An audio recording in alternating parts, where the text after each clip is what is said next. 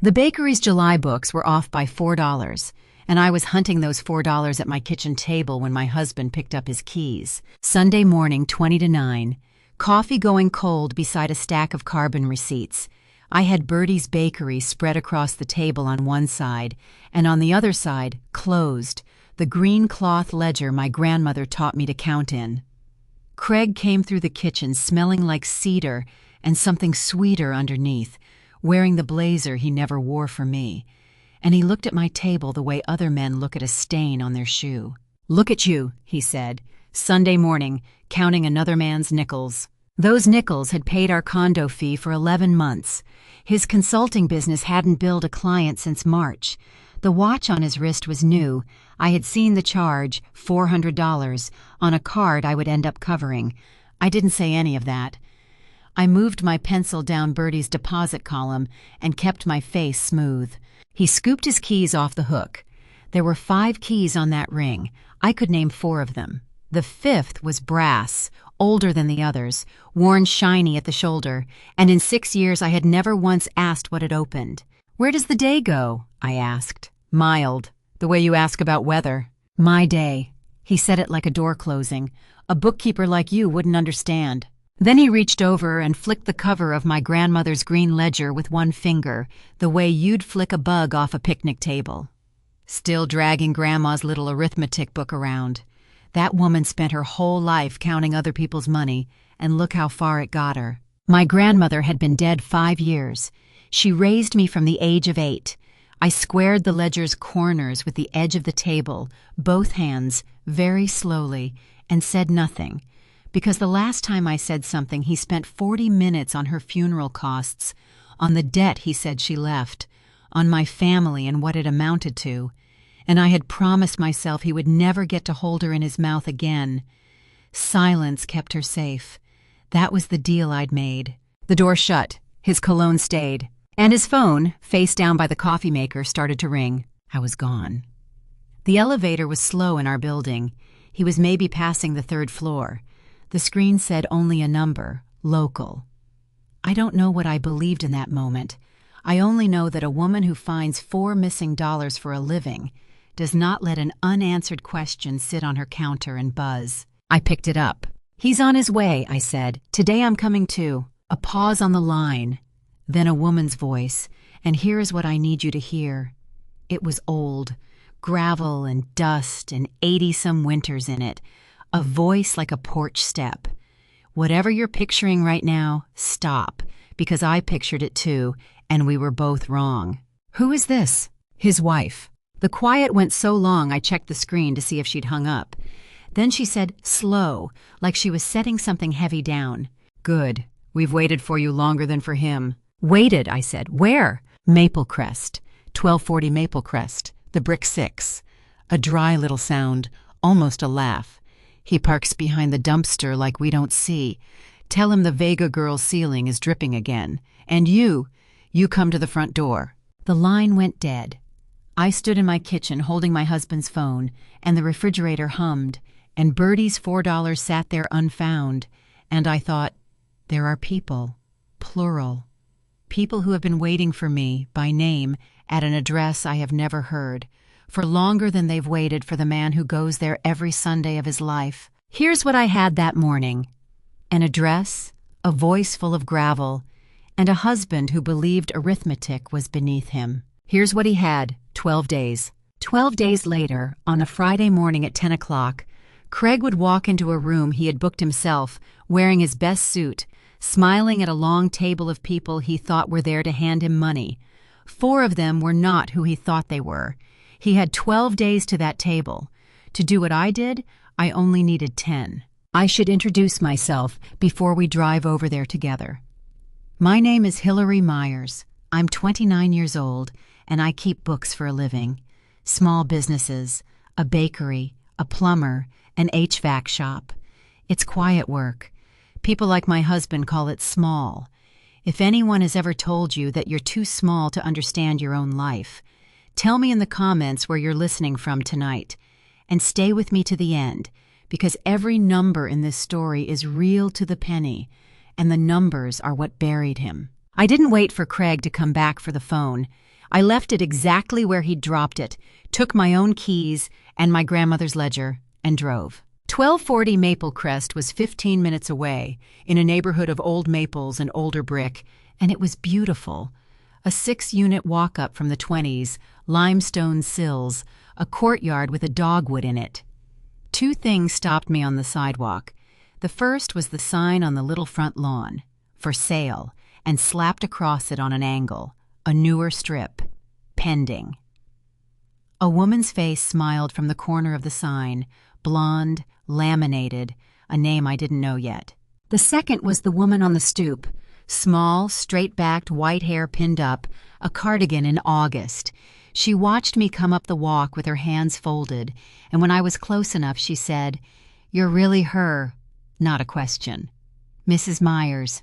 My married name is Whitfield, everywhere it legally counts. Myers is mine, my work name, my before Craig name, my grandmother's name.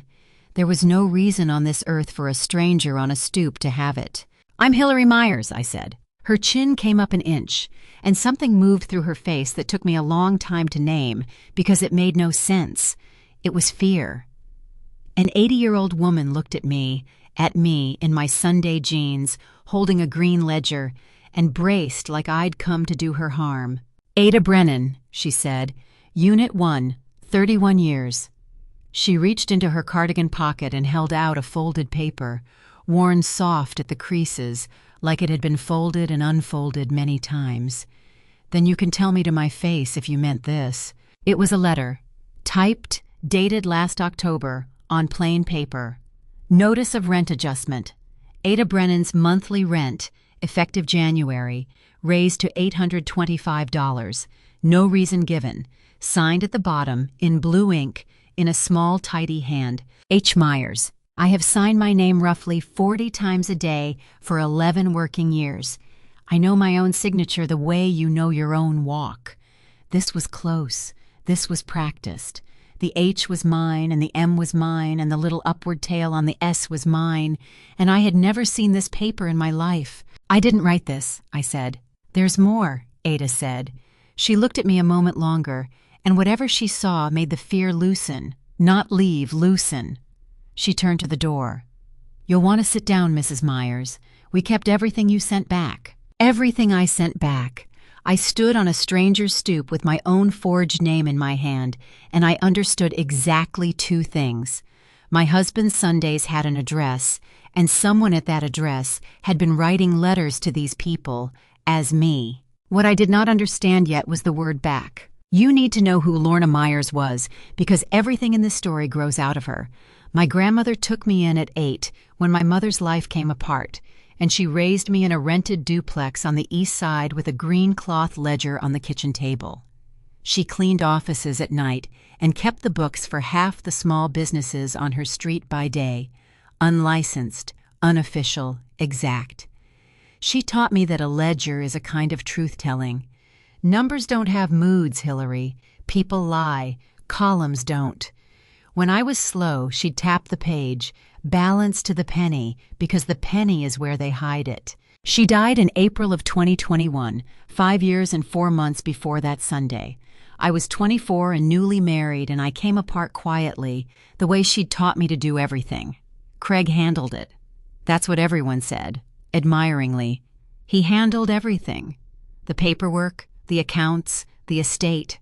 And when I surfaced from the worst of it and asked, he sat me down, took my hands, and told me gently that there was nothing, that she'd died with debts, that the funeral had eaten what little there was, and he'd covered the rest, and I should let it go, because digging through it would only hurt me. I let it go. He never let me forget it, her debt, his generosity. It came out whenever I asked a question he didn't like. It came out the one time I asked about Sundays, so I stopped asking.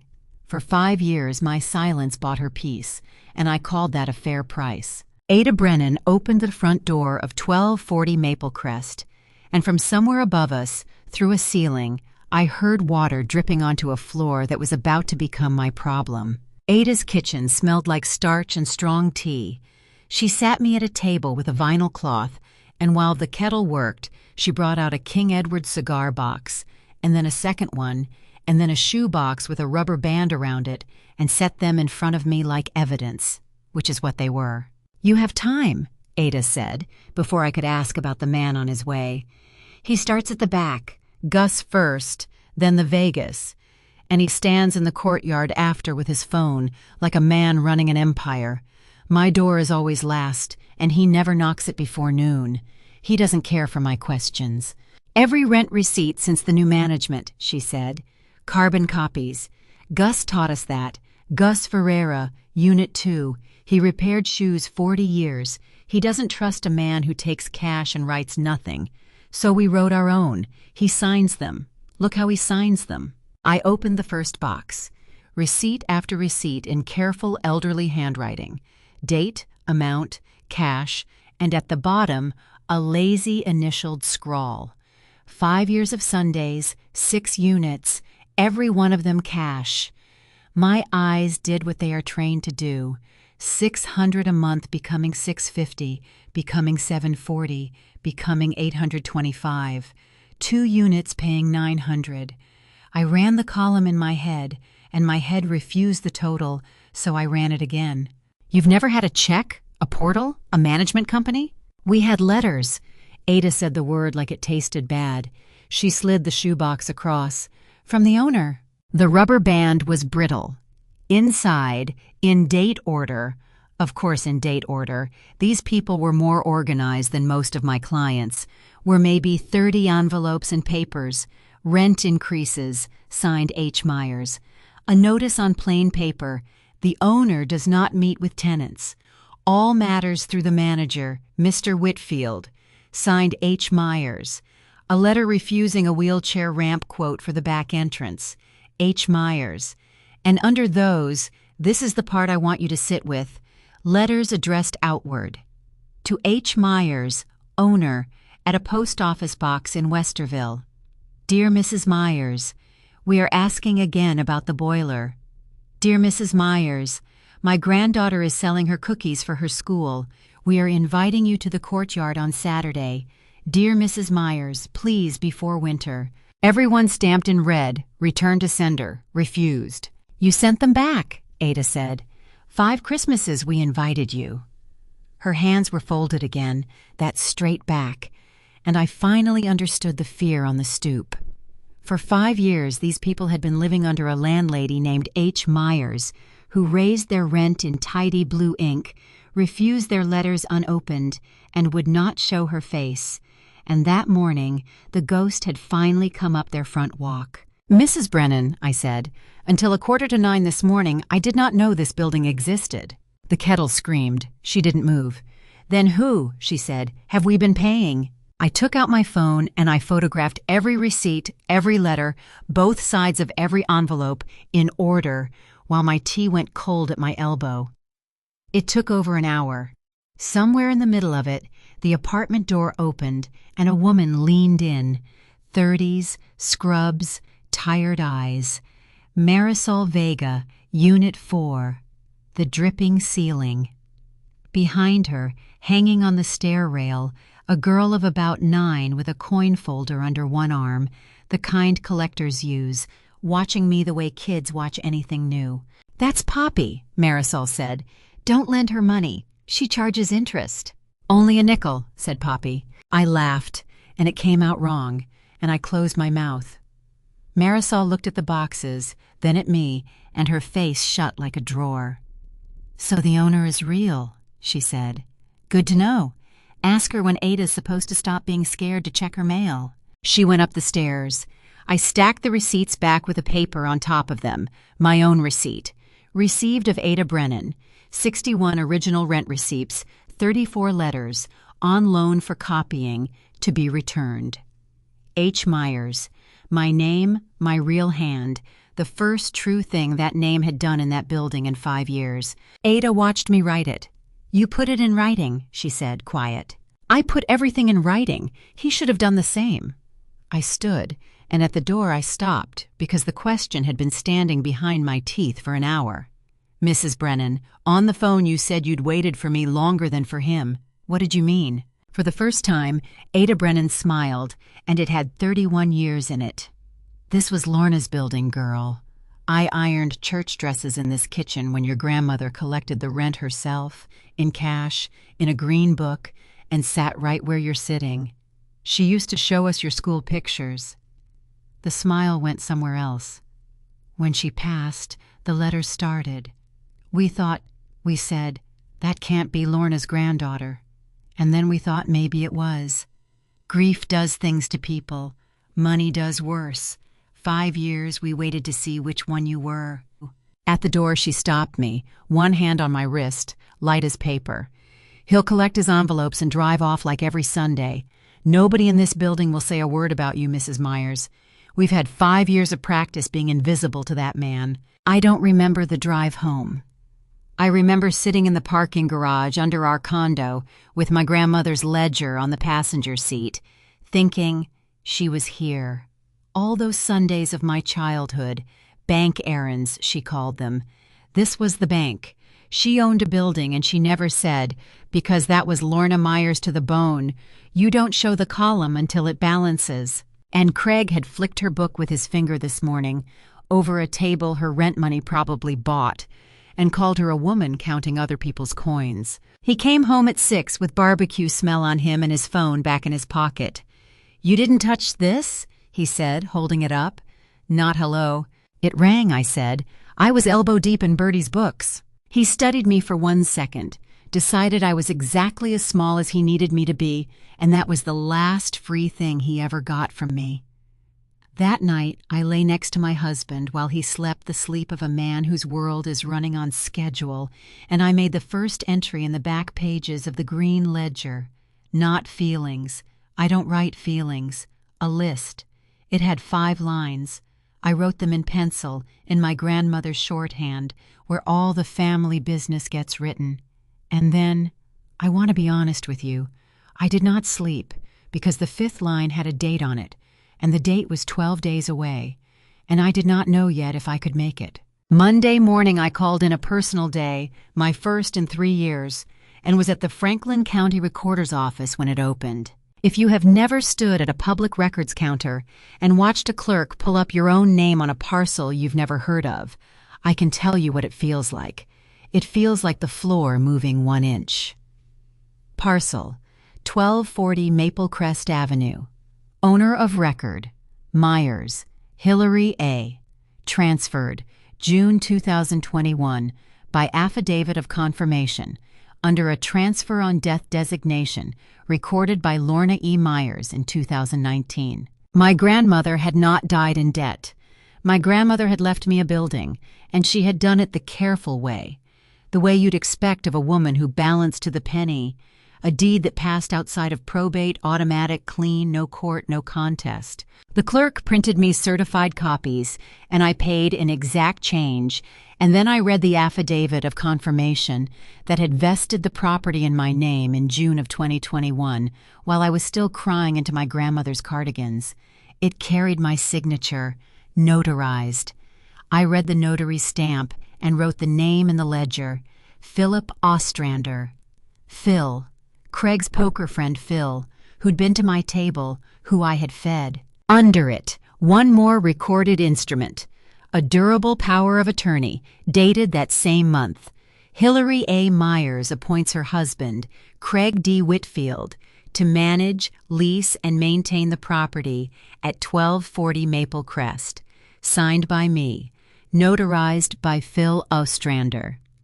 Every Sunday of the last 5 years had been built on those 2 pages, and I had signed neither one. You've been listening to me stay calm, and maybe you're waiting for the scene where I drive home and throw the certified copies in his face. I want you to understand why that scene doesn't exist. If I confronted Craig that afternoon, this is what happened next. The cash vanished. The notebook I didn't know about yet vanished. Phil developed amnesia, and a good lawyer would tell a sympathetic story about an informal family arrangement. Grief, confusion, a wife who signs what's put in front of her. I'd get the building back. It was always mine. And lose everything else, including the part where anyone ever believed me.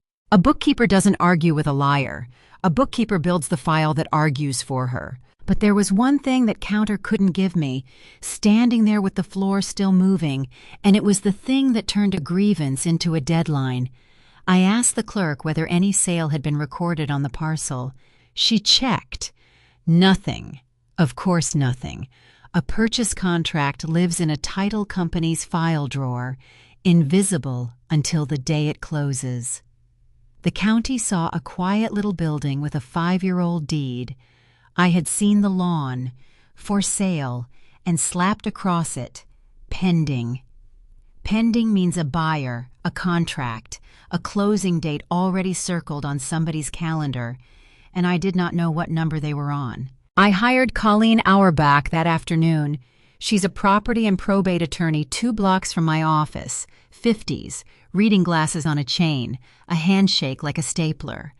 I put the certified copies on her desk in the order I wanted them read, plus my photographs of 5 years of rent receipts, plus the letter with the practiced blue signature, and she went through all of it without a single change of expression. Then she took her glasses off. "Mrs. Whitfield." "Myers is fine." "Ms. Myers, in 30 years I have seen maybe 4 files this clean walk-in off the street." She tapped the affidavit. "Do you understand what you're the owner of? Not just the building. Every dollar of rent collected on it since June 2021 was your money, collected under a forged instrument.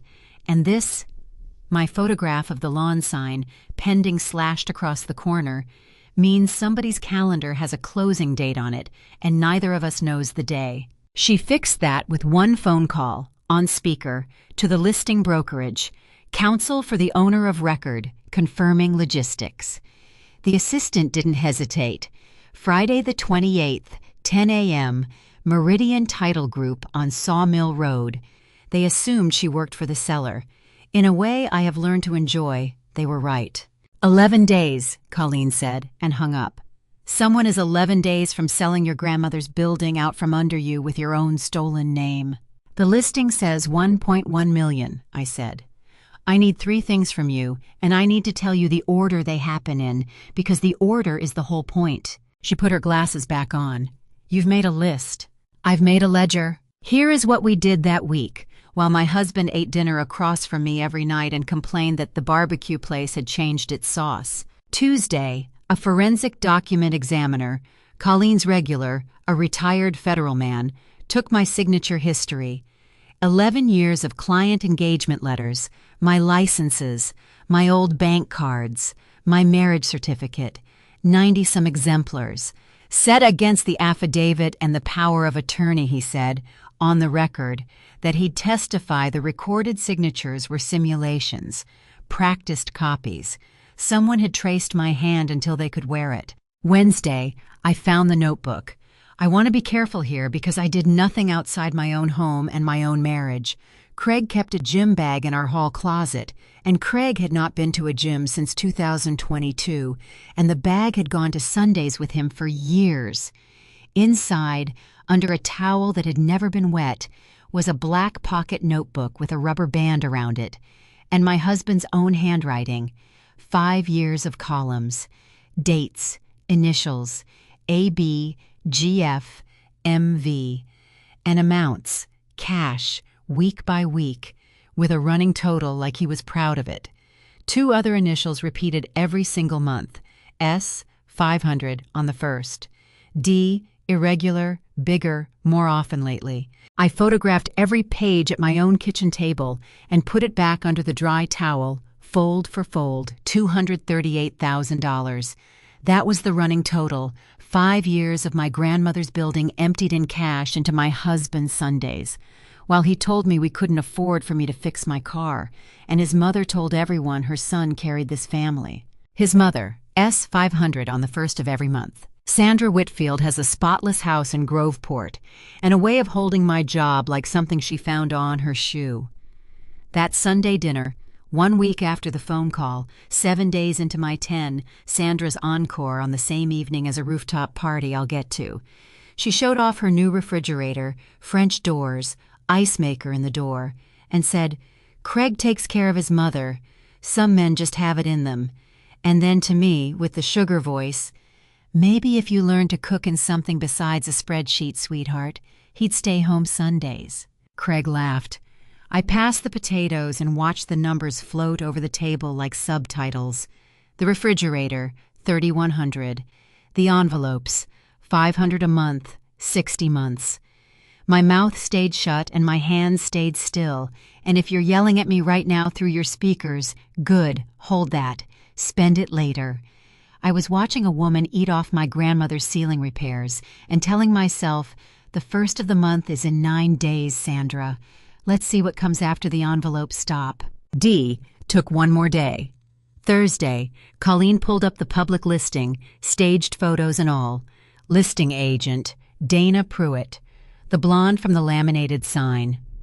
I drove past the building at lunch, and there she was in the courtyard with a photographer, staging my grandmother's dogwood, and Craig's car was behind the dumpster, and Craig's hand was on the small of her back, easy, practiced, and on her left hand, catching the sun, was a ring. I sat in my car across the street and felt exactly one thing move in my chest, and it wasn't my heart. It was the ledger balancing. Every Sunday for 5 years, itemized at last. I didn't cry, I counted. And then Thursday became the worst day, because Thursday was the day the notice went up. Ada called me at 4. She read it to me over the phone in a voice that did not shake, which was worse than if it had. Notice to vacate, 30 days. Unit 1 to be delivered vacant at transfer. Signed H. Myers, that tidy blue lie taped to her door like a takeout menu. 31 years, and the buyer wanted the big front unit empty. And so an 81-year-old woman was being thrown out of the kitchen where she'd ironed church dresses for my grandmother, in my name. "Mrs. Myers," Ada said. "Hillary, I told your grandmother once I'd only leave this building feet first, in my own time." She said, "Then that's settled. I'm asking you plain, because you're the only one whose name means anything on paper. Is it settled?" I looked at the back page of the green ledger, at my 5 pencil lines, and I did something I had not done yet. Not at the records counter, not in Colleen's office, not watching the ring catch the sun. I made a promise out loud. "Mrs. Brennan, nobody is moving you. Don't pack a box. Don't tell anyone we spoke. And when a man comes Sunday for the rent, pay him. Exactly like always." Silence, then dry as a receipt. "You're running a column on him." "To the penny." "Lorna's girl," she said, and hung up. And I sat in my parked car and let exactly 4 minutes of grief happen, timed, because that's what I could afford. And then I drove home and boiled pasta for a man who tossed his keys, 5 keys, 1 brass, into the bowl by our door. Friday morning, day 6. Colleen sent 1 letter and made 1 call, and I need you to notice how quiet this move is, because everything that detonates later is standing on it. The letter went to Meridian Title Group, the company running the closing, a written notice, with certified deed attached, that the owner of record disputed the authority of the recorded power of attorney, that a forensic examiner's report existed, and that no conveyance of 1240 Maple Crest should proceed on that instrument. The call went to the recorder's office, flagging the parcel. We did not tell Craig. We did not tell Dana Pruitt. Title companies don't gossip. They cover themselves. Somewhere in an office park, a file got a red sticker on it, and a fuse started burning that only 3 people on Earth knew was lit, and one of them was my attorney, and one of them was me, and the third was a title officer named Renata Cole, who I would not meet for another week. Craig came home that evening singing to himself. Singing. He grilled steaks on the balcony, 2 for him, and told me August was going to change everything for us. "I'm closing something big, Hill. Watch and learn what real money looks like." He pointed his tongs at me. "And maybe show a little appreciation, because you didn't exactly marry a bookkeeper." "No," I said, "I didn't." He liked that. He actually toasted me with his beer. Upstairs in the closet, folded under a dry towel, his own handwriting counted out 238,000 reasons he should have married someone who couldn't read a column, and 12 floors of August evening sat between him and the red sticker he didn't know existed, and I chewed my steak slowly and thought, "Sing, Craig. You have 7 days, I only need 5 of them." Saturday morning, day 7, 6 days to his closing, Craig made me breakfast. I want you to understand how loud that was. In 6 years of marriage, Craig Whitfield had made me breakfast 3 times. After our wedding, after totaling my car, and now. Eggs, toast cut on the diagonal, coffee in the good mug. He sat across from me with a manila folder squared next to his plate and a pen already out of his pocket, and his voice went smooth and warm, the voice he used on other people. "So the condo," he said. "Rates dipped. I'm refinancing us. Knock $200 a month off. I need your autograph a few places, that's all. It's a stack. They make everything a stack." He slid the folder over, opened to a signature tab. Little sticky arrows pointed where I should live. "Don't strain your eyes, babe. It's boilerplate." Here's the thing about my husband that I'd been counting on since Tuesday. He needed me to sign something. I knew it before he did, because the morning before, Meridian Title had gotten Colleen's letter, and a title company that smells forgery does not cancel a $1 million closing if it can cure it. It demands fresh, verifiable authority. Which meant somewhere in the last 24 hours, someone had told Craig, "The power of attorney is stale. We need the owner's current ratification, notarized, or she appears in person." He couldn't tell me why I was signing, so he built a lie I'd swallow, and he buttered toast for it. I read every page, all 9, slowly, with egg going cold, while his jaw did a small, tight thing he thought I couldn't see, because what was a bookkeeper going to find in boilerplate? Pages 1 through 6 really were a refinance application, half filled. Page 7 was not. Page 7 was headed Ratification of Power of Attorney and Consent to Convey, and in the middle of its dense, tidy paragraphs sat the words 1240 Maple Crest Avenue and the name Craig D. Whitfield, attorney in fact, and a notary block already stamped, dated, and signed by Philip Ostrander, a notarization of a signature that did not exist yet. Phil had pre-stamped it. That detail matters later. Remember it. I did one more thing with that stack before I let it go. I carried it to the kitchen window. Fine print, better light. Nobody questions a bookkeeper being careful. And while Craig's back was at the coffee maker, my phone lay flat over page 7. Twice. No flash. The shutter sound had been off since Monday. Then I came back to my cold eggs, and he never turned around. Now, you know what I knew. You know I could have stood up from that table and ended the sale that morning with one phone call, because the sale was already standing on a red sticker. Craig did not need my signature to fail. But there's failing, and there's finishing, and my grandmother didn't raise me to leave a column half-summed. If I refused to sign, he'd know something was wrong 6 days early, with cash in reach and a poker friend holding a notary stamp. If I signed, with my true hand, on his one true document, witnessed by his own impatience across a breakfast table, then every simulation of my signature ever recorded now had a fresh, dated, undeniable original to be measured against, obtained by him, produced by him, delivered by him to the title company. My husband was asking me to hand the examiners their control sample, and he'd cut toast on the diagonal to get it. I picked up his pen. $200 a month, I said. That's real money. That's what I keep telling you, Craig said. Leave the big stuff to me. I signed page 7, Hillary A. Myers, the letters I've made since I was 8 years old at Lorna's kitchen table, and I felt nothing except the pen's weight. And if that scares you a little, the nothing, I understand. It scared me a little too. He squared the stack, kissed the top of my head like sealing an envelope, and was out the door with it in 9 minutes. I sat with the cold eggs and let myself have 3 sentences out loud in the empty kitchen. He gets my name for 4 more days. Signatures can be argued with, columns can't. Then I called Colleen and told her he'd taken the bait we hadn't even set, and what was on page 7, and about the pre-stamped notarization.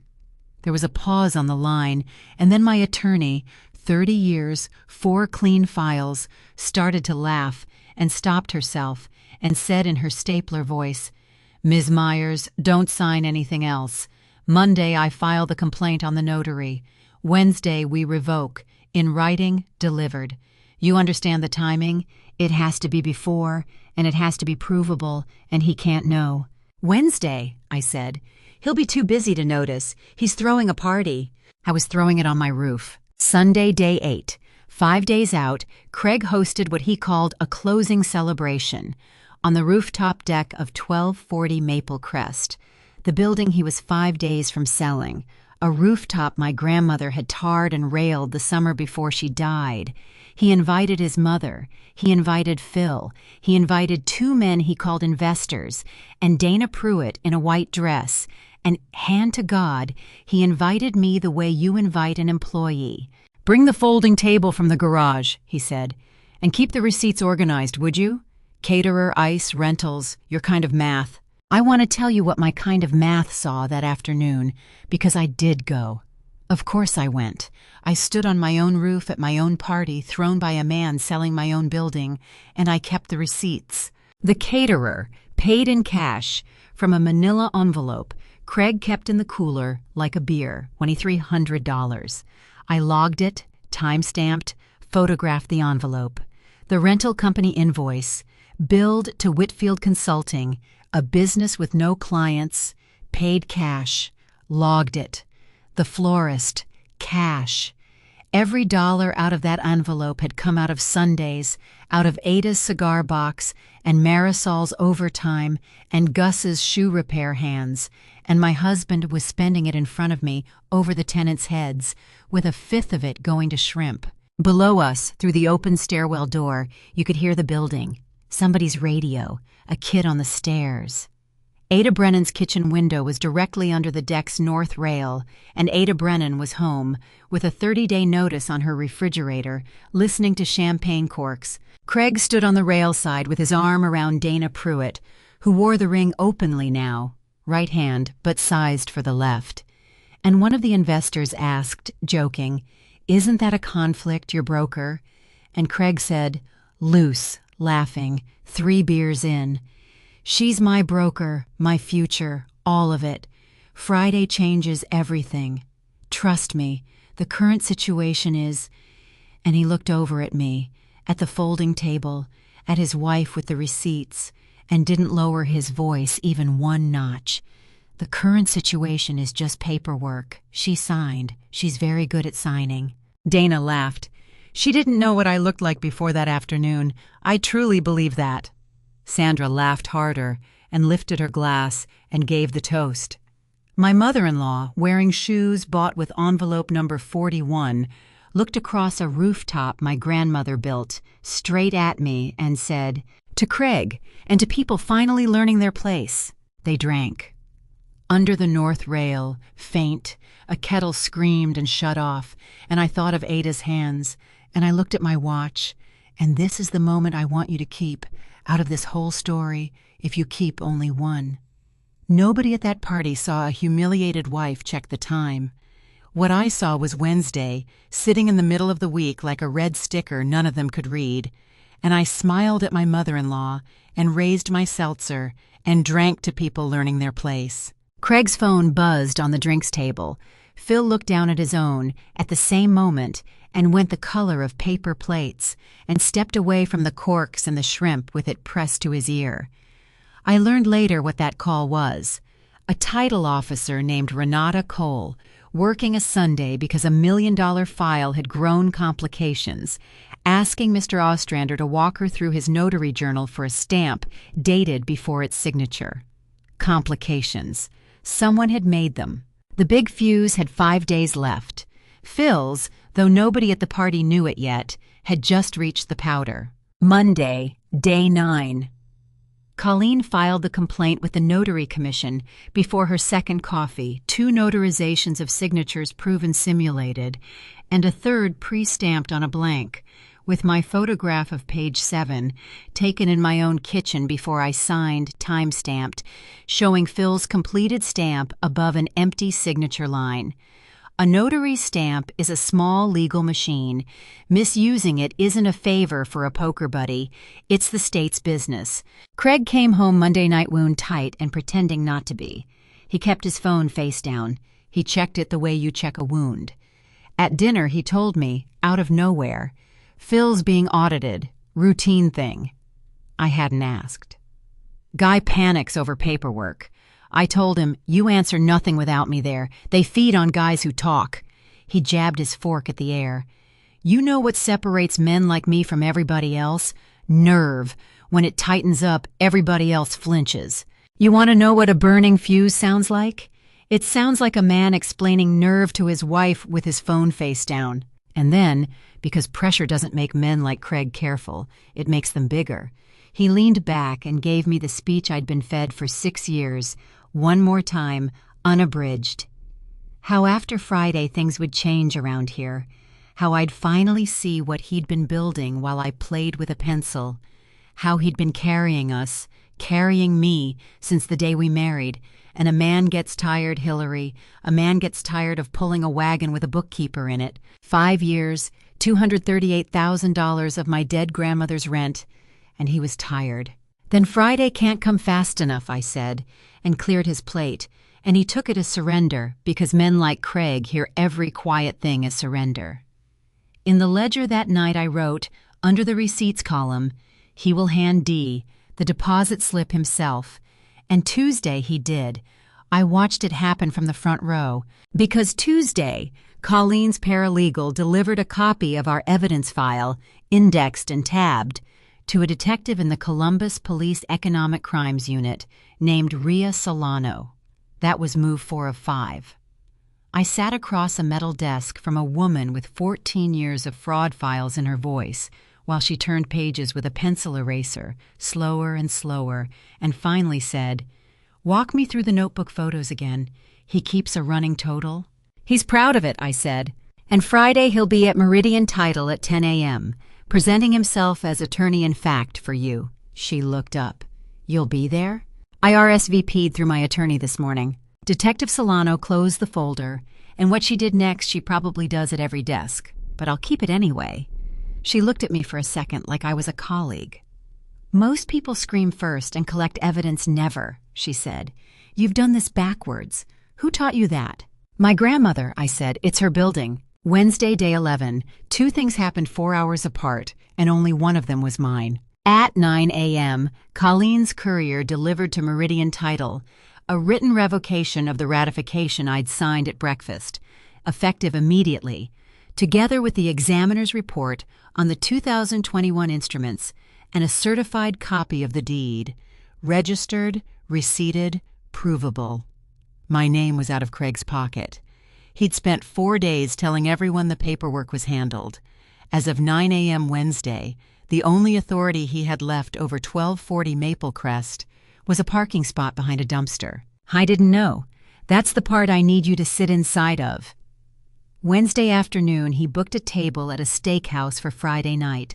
I saw the confirmation on the counter, party of 6, celebration noted in the reservation. He was planning the victory dinner while the victory sat revoked in a title company's file cabinet, and I folded his laundry and said nothing. And if that costs me something with you, I'll pay it. I'd earned that silence. He built it. At 1 p.m., the other thing. Dana Pruitt called him. I know the timeline now from what came out later. The buyer's final walkthrough had gone strange. The buyer's agent had walked 6 units asking gentle agent questions, and the tenants, I had asked one thing of them, only one. If anyone asks, tell the truth. The tenants had told the truth about their 5 years. That rent was cash to Mr. Whitfield, Sundays, no receipts offered. That letters to the owner came back stamped, refused. That an 81-year-old had a vacate notice taped to her door. Buyer's agents can live with sad stories. What they can't live with is the county, because Dana, doing damage control, finally did what she should have done in June, pulled the parcel herself instead of trusting the seller's folder, and found the owner of record was not her fiancé, and was not a company, and was a woman. Myers, Hillary A., mailed to a post office box in Westerville, the same box her own paperwork had been routed through all summer. And Dana Pruitt knew exactly one Hillary. She called Craig, and Craig, nerve remember, laughed it off, told her my name was on it for tax reasons. Told her, and she repeated this later under oath, so I get to quote it to you. My wife signs what I put in front of her. She always has. Friday's fine. Dana Pruitt had questions, but the commission on $1.1 million is $33,000, and her dress for Friday was already hanging on the closet door, so she chose the answer that matched the dress. I want to be fair to her. She was the only one in that whole crowd who checked a single fact, even 4 days late. It's also true that when she found the fact, she looked at it and looked at the money and put the fact down. Remember both things when we get to where she ends up. Thursday night, the last night, Craig couldn't sleep. I listened to him wander the condo at 2 a.m., refrigerator, television off and on, the balcony door. The man had built a machine with a 5-year flywheel, and some animal part of him could hear a new sound in it somewhere, a bearing gone wrong, and he couldn't find it, because to find it he would have had to believe I could be a moving part. At 6 he showered. At 7 he wore the good suit. At 7:40 he stood in the kitchen doorway watching me pack my tote, laptop, folders, the green ledger, and for one strange second, the last domestic second of our marriage, he was almost soft. "Big day," he said. "You'll see. Everything I did for this family." "I'm taking notes," I said. He grinned, told me not to be late. One signature, babe, then lunch, then a surprise, and left whistling. 5 keys, 1 brass. I stood at the window and watched his car pull out, and I called Ada Brennan, who answered on the first ring like she'd been holding the phone. "Today," I said. "Feet first in my own time," said Ada. "Go on, girl. We waited long enough." Meridian Title Group has its offices in a business park off Sawmill Road. Gray carpet, long table, bad coffee, a wall clock that runs a minute fast. By 9:50, they were all arranged around the table like a family photo nobody would ever frame. The buyers, a married couple in careful clothes, folders squared, Dana Pruitt in the white dress, commission smile on, Phil Ostrander, who had been told by Craig to come witness his win, gray as his suit, sweating into the bad coffee. My husband at the head of the table he'd booked himself, telling the buyers a story about how his grandmother, had left the family this building, and how bittersweet it was to let it go. At 9:58, the door opened, and Renata Cole came in with a red stickered file and no chairs left to offer, because behind her came Colleen Auerbach, and behind Colleen came me. Craig's face did 4 things in 2 seconds. I have replayed them many times. Surprise, pleasure. He thought I'd come to sign. Arithmetic. And then, arriving like weather, the first honest expression I'd seen on him in years. A man locating at last the sound in his machine. "Before we begin," said Renata Cole, "I'll need to confirm some matters of record." Renata Cole ran that room like a woman reconciling a drawer at closing time. No drama, line items. "Ms. Myers." She looked at me, not at Craig. "You are the owner of record of 1240 Maple Crest Avenue?" "I am." "Mr. Whitfield holds himself out as your attorney-in-fact under a power of attorney recorded June 2021, ratified by a document delivered to this office Saturday. Do you affirm those instruments?" "No." I said it the way you say a balance. "The 2021 signatures are not mine. The ratification I did sign, and revoked in writing, delivered to this office Wednesday at 9 a.m. You have the receipt." "We do," said Renata Cole, and turned the red stickered file around and dealt the pages out onto the long table like the world's quietest card game. The examiner's report, 90 exemplars against 2 simulations, the certified deed, the revocation, courier stamped. This closing will not proceed. Meridian is withdrawing from the file. The buyer's wife made a small sound. Dana Pruitt stood up halfway, sat back down, and stared at Craig with her whole $33,000 dying on her face. And Craig laughed. "That's what nerve does, cornered. It performs." He laughed and spread his hands to the buyers, the room, his audience. Okay, everyone breathe. This is a family misunderstanding. My wife is, honey, tell them you sign what I—" He heard it. Mid-sentence, he heard what the sentence was, in front of 6 witnesses, and swallowed it whole. Too late. Phil made a noise into the bad coffee. Craig recalibrated, and the voice came out warmer, the breakfast voice. "Hillary, sweetheart, can we have 1 minute in the hallway? 1 minute. Everything I did for us, you know that. Your grandmother would have wanted the building working for the family.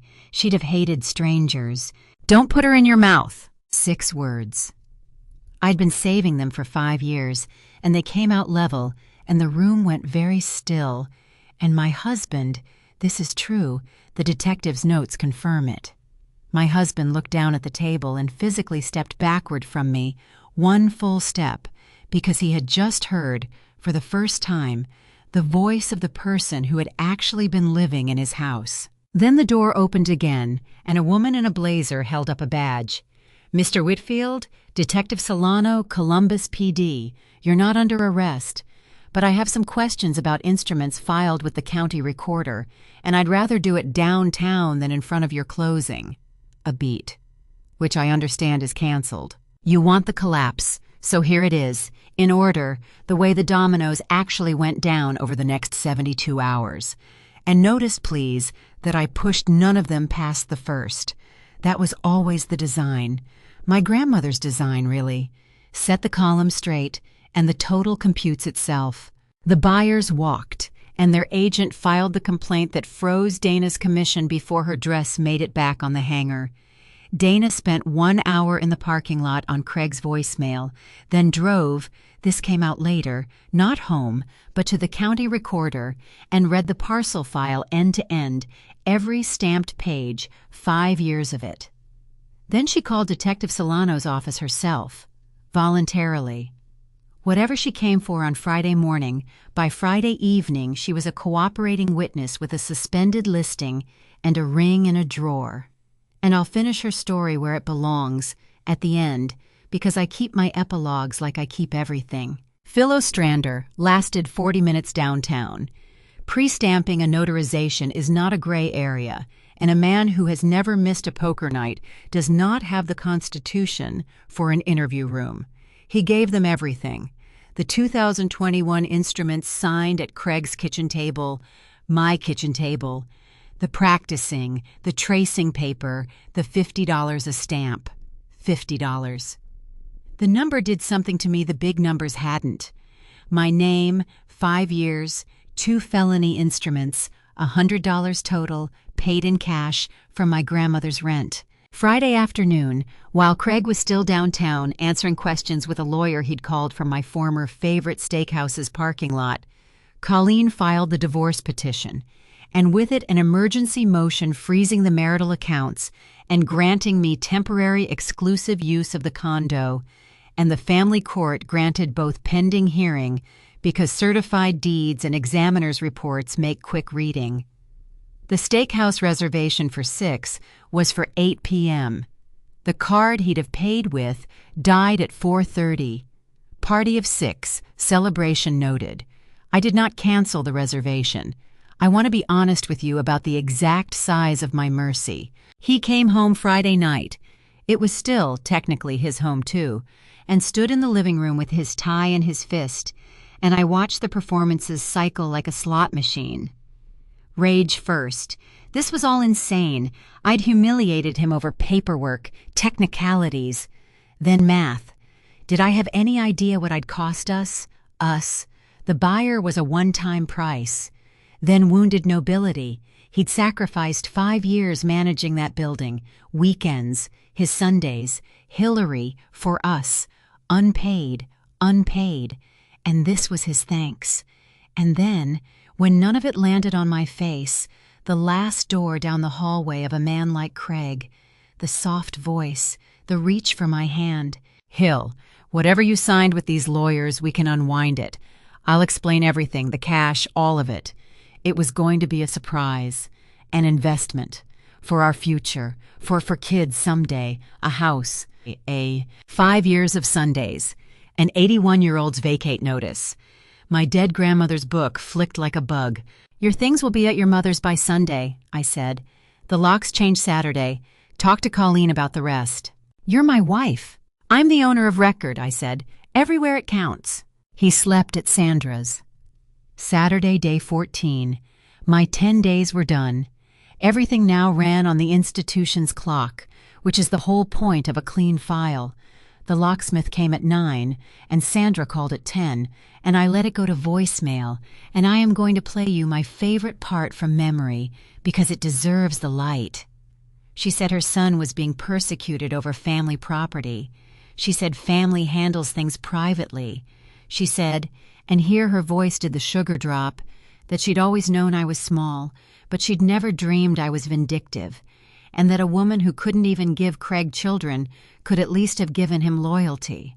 And then she stopped, mid-word, and the recording caught 4 seconds of paper rustling, and her voice came back 2 octaves flatter. "Craig, why is the police department writing to me? It says traceable proceeds. I never signed anything about 500 a month." The message cut off there. Timing is a beautiful thing. Detective Solano's unit had begun sending notification letters to what she called downstream recipients of traceable funds, and Sandra Whitfield, 63 years old, spotless house, had opened her mail mid-gloat and met her own initials in a cash ledger, S 500, the first of every month, 60 months. $30,000 of a stolen building, handed over in envelopes, $500 at a time, small enough to look like nothing, by a woman who told her church group her son just had it in him. She'd counted the money for him sometimes.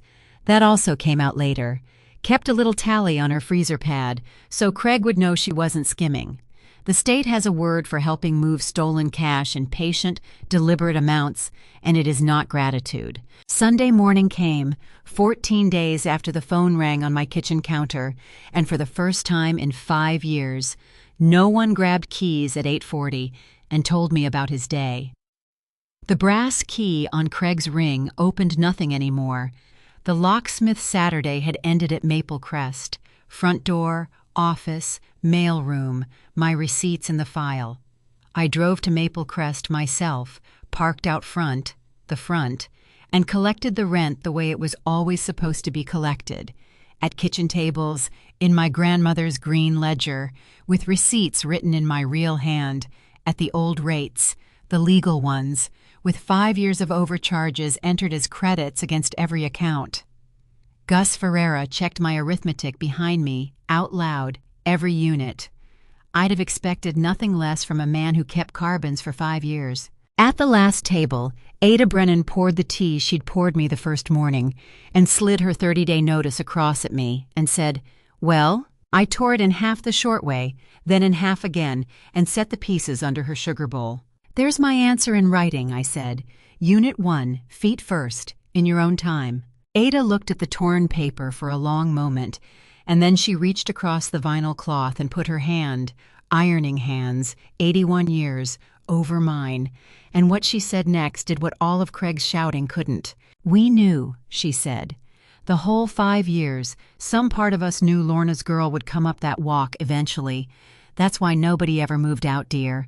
It was never the rent that kept us." Sunday evening, Sandra convened what she called a family meeting, and I went, "And I know you're shouting at me again." Hear the why.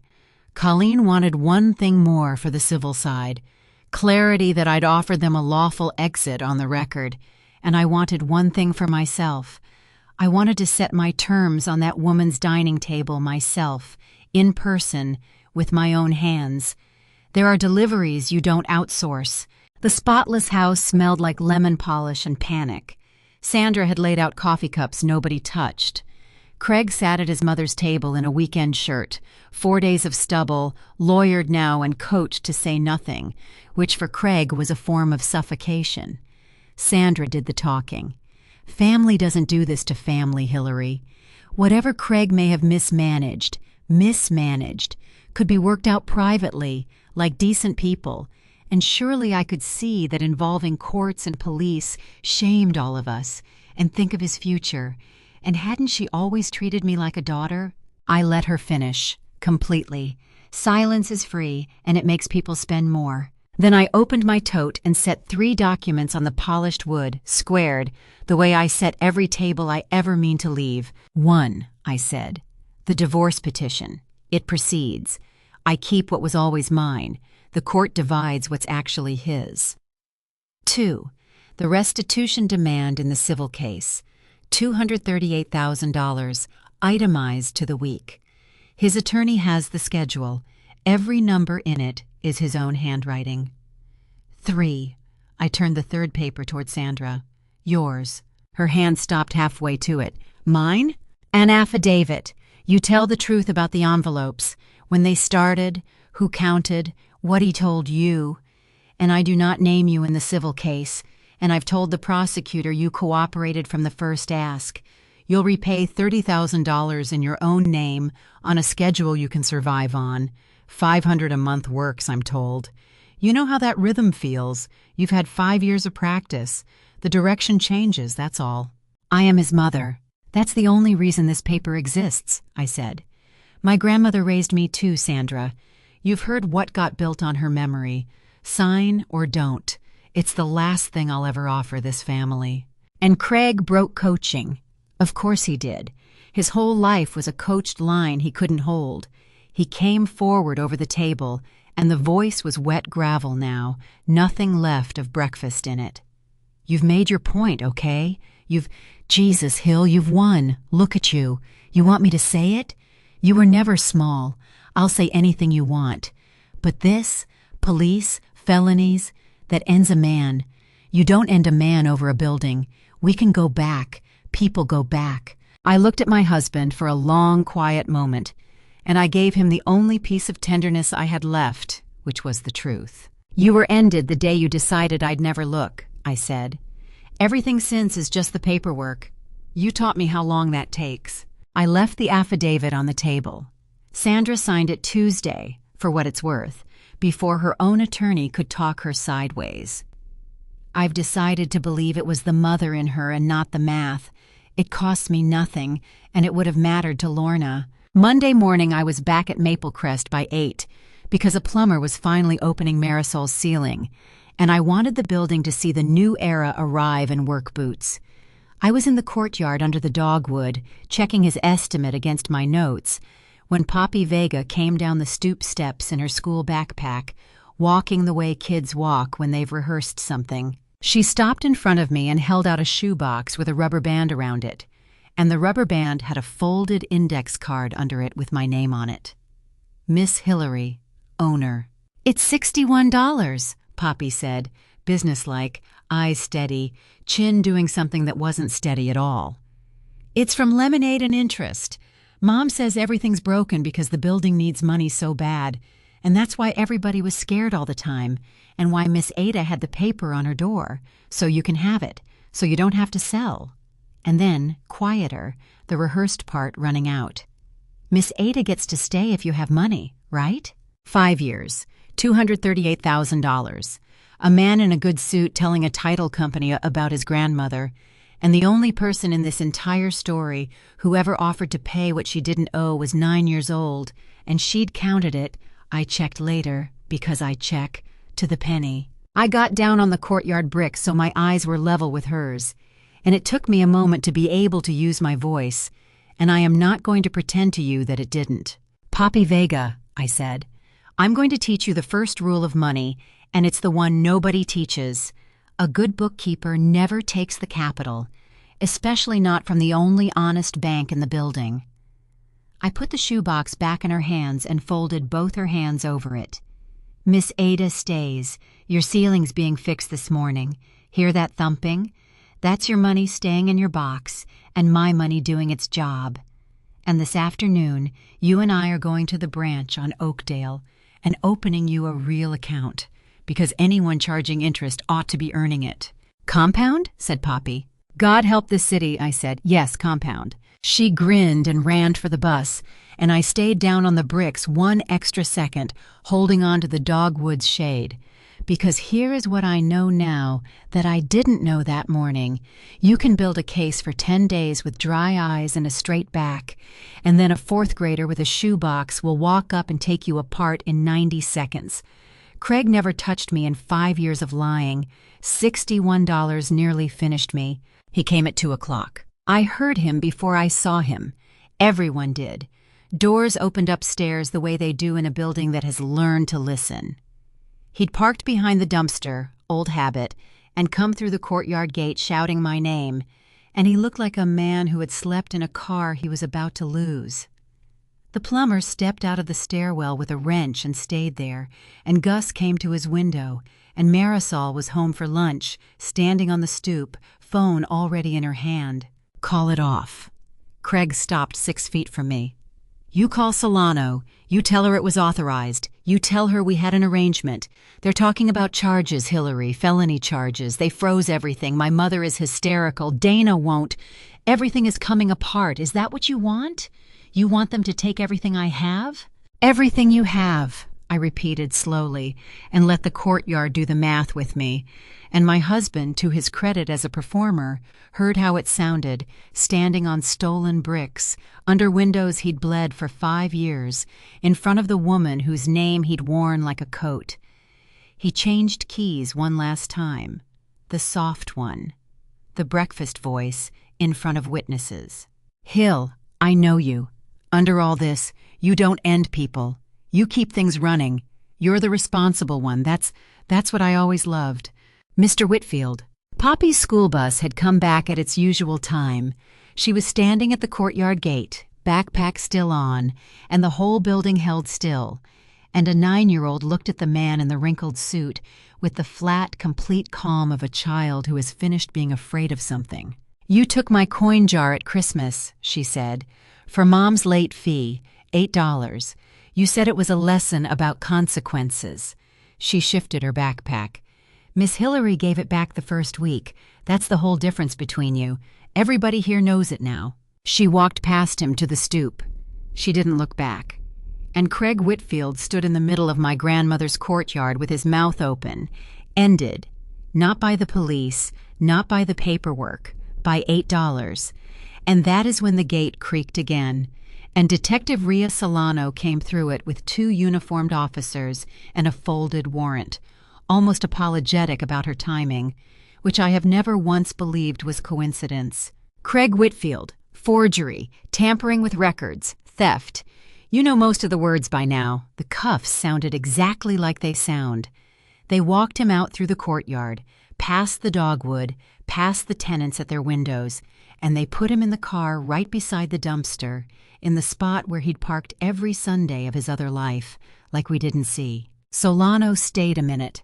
She looked around the courtyard, the plumber's van, the torn notice healing under Ada's sugar bowl, the green ledger open on the folding table to a page of credits, and then she said the thing that I carried home in my chest like a coal.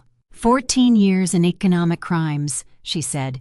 Victims scream, or they crumble, or they lawyer up and disappear. Nobody hands me the whole machine, indexed. That file's going to put him away, and half the unit's using it as a training example. Where does a bookkeeper learn to build a case like that? Kitchen table, I said, right here in Unit 1. And from the stoop, Ada Brennan, who misses nothing, and who had waited longest of anyone, said it back to me, the sentence from the telephone, the one that started everything. Except this time I finally understood what it had always meant. We waited for you longer than for him, she said. Every year was worth it. 3 months later, November, and the maples on Maple Crest had gone to rust and let go, and the first hard frost came on a Tuesday night. Let me close the accounts for you one by one the way I close everything. Craig took the plea in October. Forgery, tampering with records, grand theft, the aggregate kind, the kind the state counts up the way he counted it for them, week by week, in his own black notebook. 4 years and restitution of $238,000, entered as a judgment with his name spelled right. His attorney argued he was a family man. The prosecutor read 3 sentences into the record: the vacate notice to a tenant of 31 years, the returned Christmas invitations, and 1 line from the notebook, a running total, underlined twice with an exclamation point: his own hand. Nobody in that courtroom needed me to say a word, and so I didn't. I'd said mine at a breakfast table in August. Signatures can be argued with, columns can't. The consulting wardrobe went to judgment creditors. The watch, $400, March, a card I covered, sold at auction with the rest. I'm told he tells the men inside that his wife set him up. In a way I've made my peace with, he's right. I set him up with every opportunity to stop for 5 years, and he logged each one as income. Phil Ostrander lost his notary commission permanently, pled to falsification, took probation and a fine, and moved to his brother's in Dayton. He sent me a letter, 1 page, that said he thought about Lorna's funeral a lot because he'd been there, he'd carried flowers, and then he'd stamped the papers that robbed her grave, and $50 was the stupidest math of his life. I believe him. I filed the letter. I file everything. Dana Pruitt testified with her whole chest, gave up the commission, served her suspension, and left for Cincinnati in September. She mailed the ring back to Sandra's house addressed to the estate of Craig's promises, which, credit where due, is the only funny thing anyone in that family ever produced. She checked one fact 4 days late. Some people never check at all. Sandra sold nothing, lost nothing but the story she told at church, which was everything. She pays the first of every month, $500, by mail, to the building account. Same envelope size and everything. The first one arrived with a note that said, "Family handles things privately," unsigned, which I take as growth. I deposit it, credit it against her son's judgment, and mail her a receipt in my real hand. She irons, I'm told, when the receipts come. I understand that better than she thinks. And 1240 Maple Crest. Rents rolled back to legal, 5 years of overcharges standing as credits. Gus Ferreira may never pay rent again in his natural life, which he mentions to me weekly with enormous satisfaction. The boiler was rebuilt in September, before winter, because that instruction turned out to be waiting for me in writing. I'll get there. Marisol's ceiling is closed and painted, and Marisol, who looked at me in August like a drawer shutting, brought me tamales on the first frost morning and stayed to argue about the hallway paint color, which is how I knew we were finished apologizing to each other. Ada Brennan is in Unit 1, feet planted, teapot on. Her rent is what it was in 2019, and the notice under her sugar bowl has been replaced by a photograph she gave me. My grandmother, 1998, on the stoop, holding a green ledger and squinting into the sun like the whole street owed her a penny, and she knew exactly which pocket it was in. Poppy Vega has a savings account, compound interest, and a laminated card I made her that says, "Junior Auditor, 1240 Maple Crest." Every Sunday morning she does the rounds with me, checks my arithmetic out loud the way Gus taught her, and last Sunday she informed me, over the receipts, of her plans. I'm going to keep books, real ones, like you, but I'm charging more. The building fund she started with her shoebox, her idea, her rules, buys bulbs for the courtyard in spring, $61, growing, the only honest bank in the building, now federally insured. One more account. In September, Detective Solano's office released the inventory of a safe deposit box rented under Craig's name, and in it, with the original title work he'd hidden, was an envelope. My name on it, Lorna's hand. I didn't open it downtown. I waited for the first hard frost, because she always said truth keeps better in the cold, and I took it up to the rooftop of her building at 7 in the morning with a cup of tea, and the city was silver, and the dogwood below was bare and patient, and I read my grandmother's last letter with my breath showing. Hillary, if you're reading this, the building found you, which means it took its time or somebody made it. Either way, don't be angry longer than a season. Anger's a loan with terrible terms. The building is so you never have to ask anyone for a place to stand. Keep the rents low. We're not that kind. Fix the boiler before winter. It lies in October. Look after Ada. She'll say she needs nothing. She irons when she's sad. And keep the book, my girl. Not for the money, for the truth of things. A person who balances to the penny can't be lied to for long. They can only be lied to for a while. 5 years is a while. She was right about all of it. I sat up there until my tea went cold, some habits you keep, and I watched the light come down Maple Crest, gold over the rust, first frost burning off the courtyard bricks, and for the first time since April of 2021, I heard the quiet in my own chest that means a column has closed, balanced to the penny. Not because a man went to prison, because 6 kitchen tables downstairs had my receipts on them in my real hand, and every door in that building opens when I knock, and somebody down there was already arguing about paint. I'm Hillary, still 29 for a few more weeks, still a bookkeeper, though I've stopped saying just. My husband used to tell me there were things a bookkeeper like me wouldn't understand. And I've thought about that sentence more than any other in my marriage, and here at the end, I can finally agree with him. There were things I didn't understand. I didn't understand that quiet isn't the same as small, that the people who underestimate you are handing you day by day the only weapon you'll ever need, time and their own signatures, and that somewhere someone might be waiting for you, for years, for exactly you. And the day you finally show up is the day your real life starts keeping its own books. So now I'm asking friend to friend, because that's what you are after a story like this. Has anyone ever used your own name against you? Your signature, your credit, your reputation, your quiet? And when you found out, did you scream or did you start counting? Tell me your story in the comments, wherever you're listening. I read every single one. Ask anyone here. I keep meticulous records. If this story kept you company tonight, share it with someone who's been called small, and stay close, because next week I have another true story for you about another family and another lie that thought nobody would ever check the math. Somebody always checks the math. Good night from Maple Crest. The boiler's fixed. The teapot's on.